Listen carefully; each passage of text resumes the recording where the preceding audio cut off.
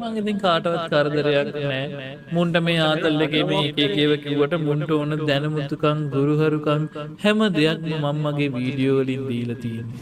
මෝඩ නැත්තම් මොලයක් තියේ නම් තේරුම් ගන්න පුළුවන් හැම විදියකටම මේ ගැස්ට් අයියා තේරුම් කරලා දීලා තියෙනවා. ඒවත් අහලා පුකේ අමාරුවට තමන්ගේ ජීවිතයට අරගන්නව නම් ඒ දරුවගේ මොලේ නෑ. මොලේ නෑ. කියන්න තියෙන හැම විදියකින්ම කුණු හර්පෙන් හොඳ විදියට වැදගත් විදියට හැම විදියකටම කියලා බියරබ තේරෙන්නේ නැත්තම් ගොබ් ගොබ් ගොබ් ගොබ් ගොබ් ගොබ් ගොබ් cheers මොලේ නෑ. මහත්තයට දෙන්න තියෙන පතිවත යාළුවෙන කුඩු පකයට දෙනවනම් මොලේ නෑ.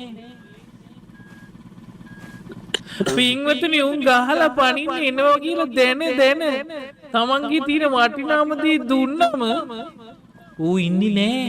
ඌ කෙරලා යනවා. ඌ ඒකටනේ ඉන්නේ. ඒකයි මං කියන්නේ. ඉතින් මං ඕක තමයි තේරුම් ගන්න දෙන්නේ.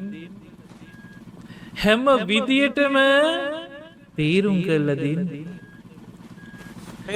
අද කාලේ උන් මේ ඇඟපත පේන්න ඇඳගෙන කොල්ල මෝල් කරලා පස්සෙන් ගෙන්නගෙන මොකද්ද මේ බලාපොරොත්තු?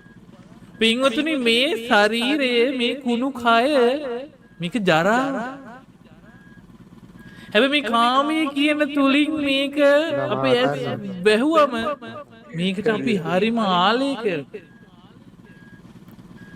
හරියට මනස දියුණු කරොත් හිතල බැලුවොත් සෙම සොටු කක්ක චූ මේ කියන්න වූ ජරාව මේ ශරීරය තුරින් තමයි වැෑහෙන්නේ පින්වතුනි. අයියෝ චුරා මේක තේරුම්